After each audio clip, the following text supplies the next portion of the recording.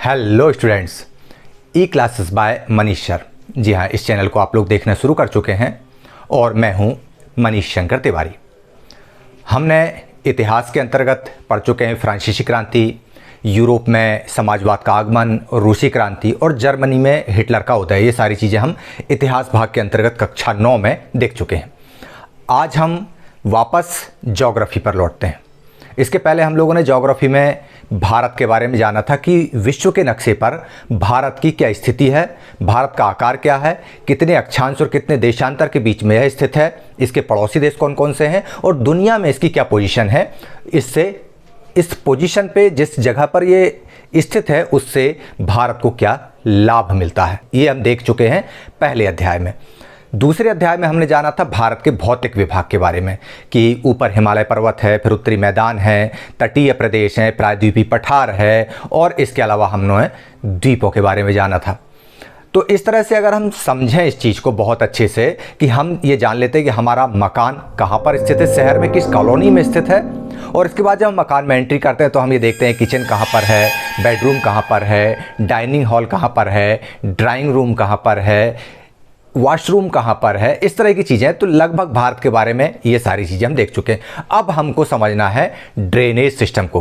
हालांकि नाम बड़ा अजीब है, नदी तंत्र अगर हम इसको बोलते हैं तो ज़्यादा अच्छा लगता है। हम भारत के अपवाह प्रणाली के बारे में इस वीडियो में जानेंगे। अपवाह प्रणाली को अंग्रेजी में ड्रेनेज सिस्टम कहते हैं। हालांकि ड्रेनेज बात बोलते हैं तो हमें वो नाली वाली वगैरह याद आने लगता है। अंग्रेजी में भले कुछ भी बोलते हों, लेकिन ज्योग्राफी के अंतर्गत कक्षा 9 में ई क्लासेस बाय मनीष सर आपके लिए लेकर आए हैं आज अपवाह प्रणाली के बारे में जानने के लिए। तो चलिए शुरू करते हैं। कक्षा 9 का ये अपवाह प्रणाली। अपवाह शब्द एक क्षेत्र के नदी तंत्र की व्याख्या करता है। भारत के यदि हम भौतिक मानचित्र को देखते हैं, जैसा कि आपको ये दिख रहा है ये मानचित्र, इसमें हम पाएंगे कि विभिन्न दिशाओं से छोटी छोटी धाराएं एक साथ आकर मिलती हैं और एक मुख्य नदी का निर्माण करती हैं। कैसे? जैसे नक्शे में आप लोग देखेंगे, इसको बहुत अच्छे से देखिएगा कि ये छोटी छोटी धाराएं, ये देखिए, ये यमुना की धारा आई, ये शारदा की धारा आई, ये गंडक की धारा, यहाँ से सोन नदी की धारा, ये छोटी छोटी धाराएं आई और एक मुख्य नदी ये गंगा इससे मिल गई।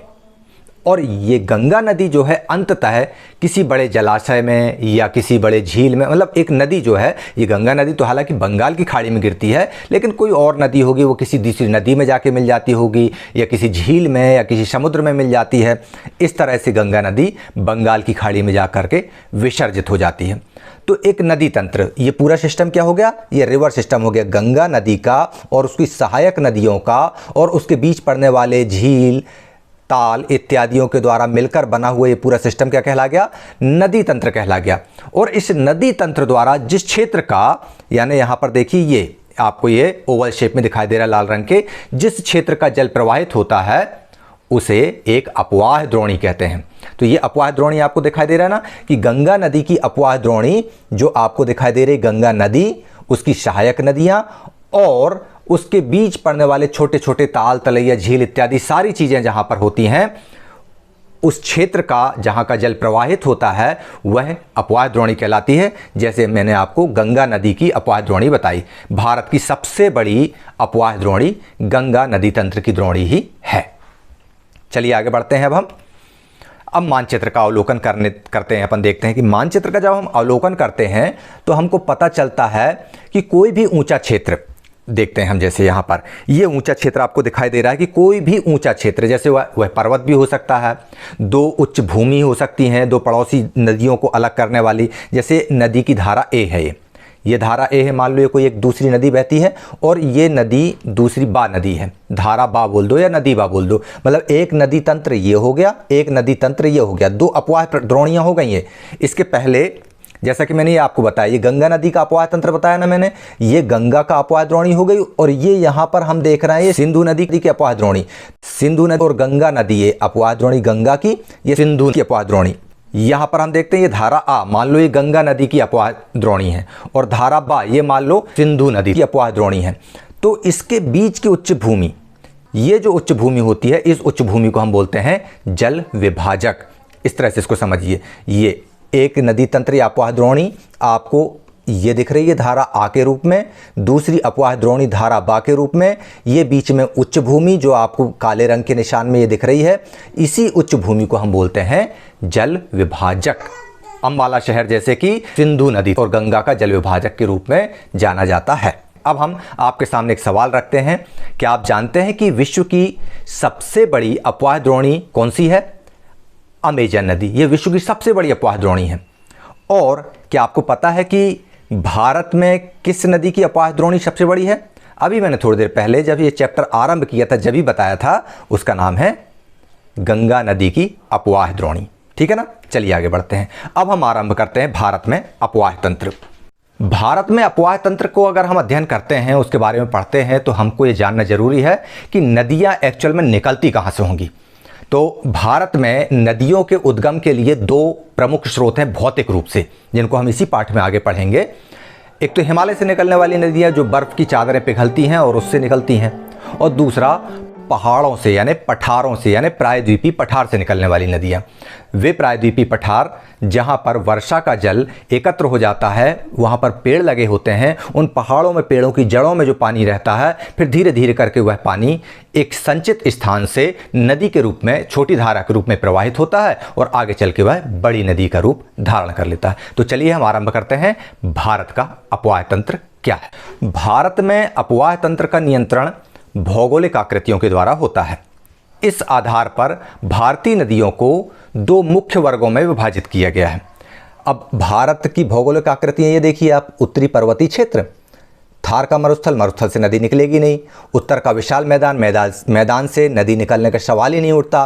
फिर ये तटीय प्रदेश हैं, यहाँ से भी नदियाँ नहीं आ सकती हैं यहाँ पर। अब बचा क्या?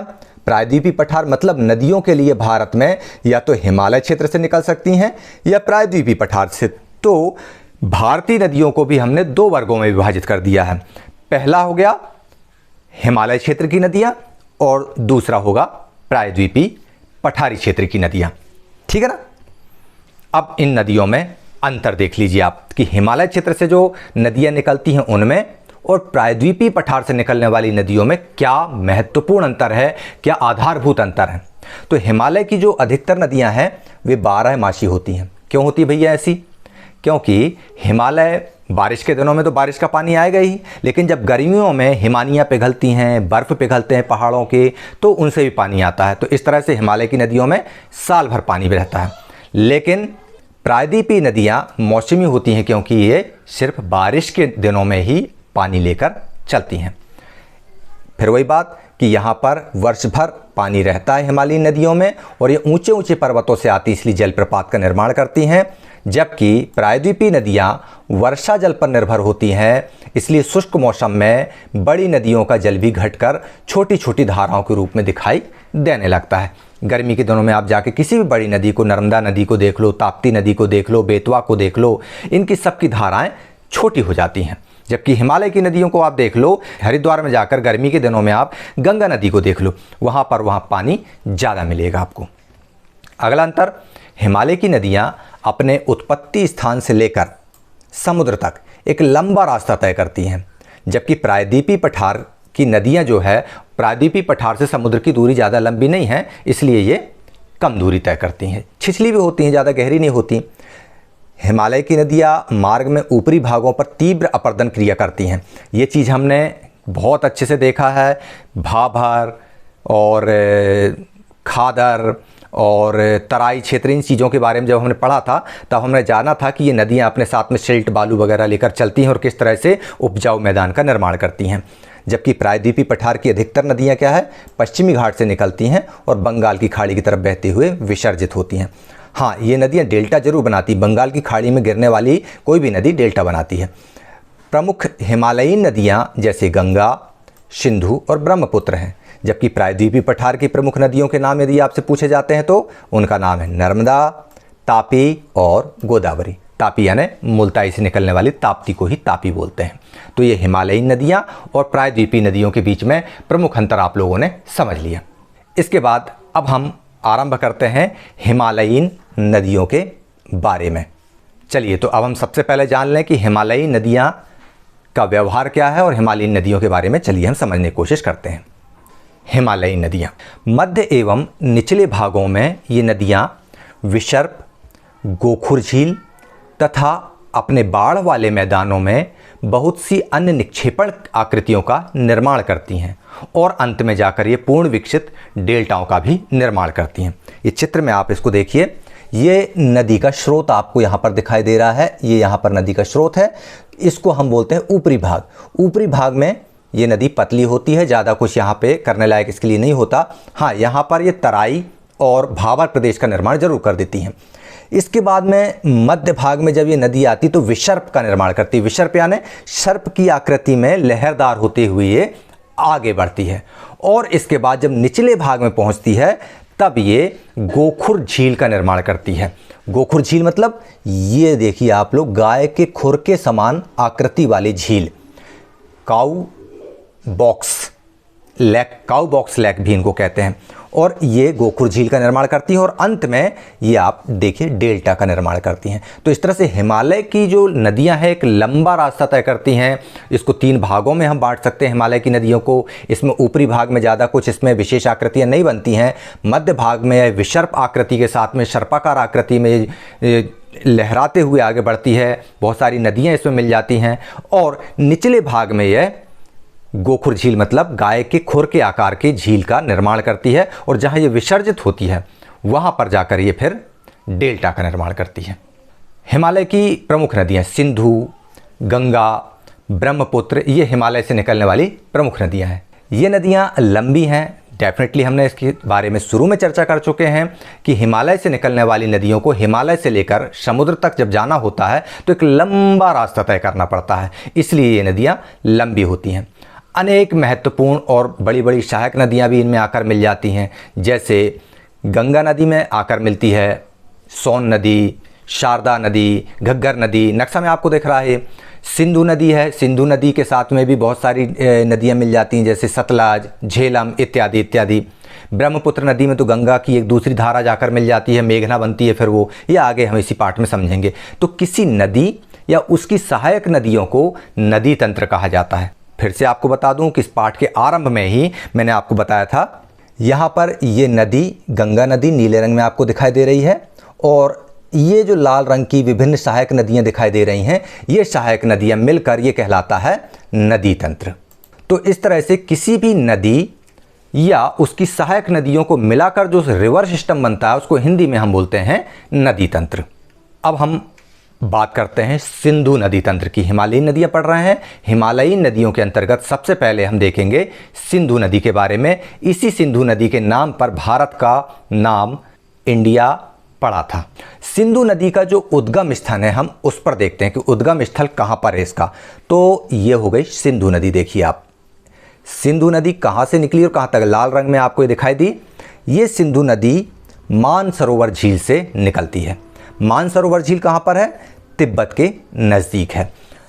पश्चिम की ओर ये नदी बहती है। पश्चिम कहाँ है? ये देखिए नक्शे में आपको दिखाई दिया, ये पश्चिम में, ये पश्चिम की दिशा में, यानी ये देखिए यहाँ से पूर्व से मानसरोवर झील से निकली ये पश्चिम की दिशा की तरफ बहने लगती है और यह जो है नदी बहती हुई लद्दाख से भारत में प्रवेश करती है। ये लद्दाख है, यहाँ से भारत में प्रवेश करती है और जब भारत में प्रवेश करती है तो एक बहुत ही सुंदर दर्शनीय गार्ज का निर्माण करती है।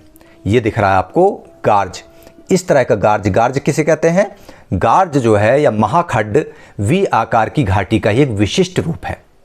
इसके पार्श्व तीव्र और खड़ी दीवार के समान होते हैं। इनकी रचना प्रायः कठोर शैलों से युक्त क्षेत्र में होती है। मतलब जो कठोर चट्टानें होती हैं उनको काट के ये नदियाँ खड़ी ढाल वाली जो गहरे खड्ड होते हैं उनमें से नदियाँ बहती हैं, उन्हीं महाखड्ड को गार्ज कहा जाता है। तो ये एक गार्ज का निर्माण करती है लद्दाख में जब भारत में एंट्री करती है सिंधु नदी। इसके बाद जब भारत में यह एंट्री कर जाती है तब बहुत सारी सहायक नदियाँ इसमें मिलती हैं। कौन कौन सी सहायक नदियाँ हैं? बहुत सारी सहायक नदियाँ मिलती हैं, जैसे जास्कर, नुब्रा, श्योक और हुंजा।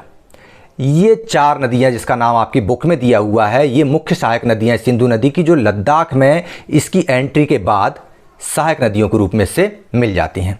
फिर ये नदी आगे बढ़ती है। आगे बढ़ते हुए यह नदी बलूचिस्तान और गिलगित के रास्ते बहती है। ये बलूचिस्तान और गिलगित नक्शे में आपको दिख रहा है, और इससे बहते हुए, इस मार्ग से बहते हुए आगे निकल जाती है और अटक के पर्वतीय क्षेत्र से यह बाहर निकल जाती है, भारत से, इंडिया से बाहर हो जाती है ये। और इस तरह से सतलज, व्यास, रावी और चेनाब तथा झेलम आपस में ये मिलती हैं। देखिए नक्शे में इसको आप बहुत अच्छे से समझ पाएंगे। ये देखिए यहाँ पर आपको ये दिख रही है, ये झेलम, चेनाब, ये व्यास जो है कि रावी से मिलती है, फिर सतलज। ये नदियाँ जो है, ये पंजाब जिसके नाम से जाना जाता है पंजाब, 5 नदियों का प्रदेश, 5 पानी वाला प्रदेश, तो ये 5 पानी, 5 नदियाँ यही हैं, सतलज, व्यास, रावी, चेनाब और झेलम। ये पाकिस्तान के मिठानकोट नाम की जगह में मिलते हैं। किससे? सिंधु नदी से। मतलब ये जो 5 नदियाँ हैं, सतलज, व्यास, रावी, चेनाब, झेलम, ये सिंधु नदी से पाकिस्तान के मिठानकोट नाम की जगह पर जाकर मिल जाती हैं। और इसके बाद फिर यह नदी साउथ डायरेक्शन में बहना शुरू करती है, दक्षिण के डायरेक्शन में बहती है और अंततः कराची के पूर्व में जाकर अरब सागर में यह विसर्जित हो जाती है। इस तरह जाकर के यहाँ पर ये अरब सागर में जाकर मिल जाती है सागर से। सिंधु नदी का जो मैदान है उसका ढाल बहुत धीमा है, बहुत तेज ढाल वाली नदी है नहीं है यह धीमे ढाल वाली नदी है। इसकी जो द्रोणी है, मतलब सिंधु नदी की द्रोणी का जो 1/3 से जो अधिक भाग है वो भारत में है, और भारत में भी जम्मू कश्मीर, पंजाब तथा हिमाचल प्रदेश और कुछ भाग पाकिस्तान में है। और इस तरह इस नदी की कुल लंबाई 2900 किलोमीटर होती है। तो ये आप लोगों ने देखा इस तरह से ये सिंधु नदी तंत्र के बारे में। अब यदि आपको एग्जाम में आता है कि सिंधु नदी तंत्र के बारे में, तो इस नक्शे को आप अपने दिमाग पर सेट कर लीजिए कि सिंधु नदी तिब्बत के नज़दीक मानसरोवर झील से निकलती है, लद्दाख से एंट्री करती है, 4-5 सहायक नदियाँ मिल जाती हैं, हुंजा, नेबरा, जास्कर वगैरह, फिर यह बलूचिस्तान और गिलगित होते हुए अटक के रास्ते बाहर निकल जाती है, जहाँ पर जब बाहर निकलती है तो थोड़ा साउथ डायरेक्शन में होते हुए बहती है। पाकिस्तान के मिठानकोट में पंजाब की 5 नदियां एक दूसरे के साथ मिलते हुए सिंधु में जाकर समाहित हो जाती हैं, और साउथ डायरेक्शन में जाते हुए सिंधु कराची को छोड़कर अरब सागर में जाकर अपने आप को विलीन कर लेती है। तो ये सिंधु नदी तंत्र के बारे में आप लोगों ने जान लिया। क्या आप जानते हैं सिंधु जल समझौता संधि के अनुच्छेदों के अनुसार जो 1960 में हुआ था, यदि आपसे सवाल पूछा जाए कि सिंधु जल समझौता कब हुआ था, 1960 में हुआ था। किसके साथ हुआ था? पाकिस्तान के साथ हुआ था। तो इसके अनुसार भारत जो है इस नदी प्रक्रम के संपूर्ण जल का केवल 20% जल ही उपयोग कर सकता है। इस जल का उपयोग हम पंजाब, हरियाणा एवं राजस्थान के दक्षिण पश्चिम भाग में सिंचाई के लिए करते हैं। ये एक महत्वपूर्ण जानकारी है जो आपको एग्जाम में भी पूछी जा सकती है और भविष्य में प्रतियोगी परीक्षाओं में भी आपके लिए काम में आ सकती है। तो इस तरह से आज हम लोगों ने नदी तंत्र के इस अध्याय को आरंभ किया और जाना कि हिमालयी नदियों में जो सबसे प्रमुख नदी थी कौन सी? सिंधु नदी। उसके बारे में जाना। इंडस वैली, सिंधु घाटी की सभ्यता इसी नदी के इर्द गिर्द पनपी और पल्लवित हुई थी, इसलिए इस नदी का भारत के इतिहास में बहुत ही महत्वपूर्ण योगदान है। और इस नदी के बारे में आप लोगों ने बहुत अच्छे समझ लिया। यदि आपसे पूछा जाता है तो आंख बंद करके आप इसको रट लीजिए, बता दीजिए, समझा दीजिए। क्या? मानसरोवर से निकलती है तिब्बत के पास, लद्दाख से भारत में एंट्री होती है और 3-4 नदियां इसमें मिल जाती हैं। इसके बाद एक बलूचिस्तान और गिलगित से होते हुए, क्षेत्र से होते हुए अटक की तरफ जाती है और अटक से ये आगे बढ़ती है, 5 नदियों को अपने अंदर समाविष्ट करती है और दक्षिण में अरब सागर में जाकर समाहित हो जाती है। कुल लेंथ इसकी 2900 किलोमीटर होती है। ये बात महत्वपूर्ण है। और एक महत्वपूर्ण बात, सिंधु नदी जल समझौता भारत और पाकिस्तान के बीच हुआ है, जिसके अनुसार केवल 20% जल का उपयोग भारत कर सकता है और उससे पंजाब, हरियाणा और राजस्थान के एरिया में सिंचाई की जाती है। इतनी सी कुल बात है। और सबसे महत्वपूर्ण बात, यदि ये वीडियो बहुत अच्छा लगा हो तो इसको लाइक ज़रूर करें, शेयर करना बिल्कुल ना भूलें। और एक महत्वपूर्ण बात, जिन लोगों ने अभी तक सब्सक्राइब ना किया हो चैनल, यदि भूल गए हो तो सब्सक्राइब की बटन को दबाकर बेल आइकॉन को क्लिक कर दीजिए। बस इतना सा काम कीजिए। हम अगली बार हिमालय की अगली नदी के साथ आपके पास आएंगे, गंगा और ब्रह्मपुत्र। तब तक मुझे इजाज़त दीजिए। जय हिंद।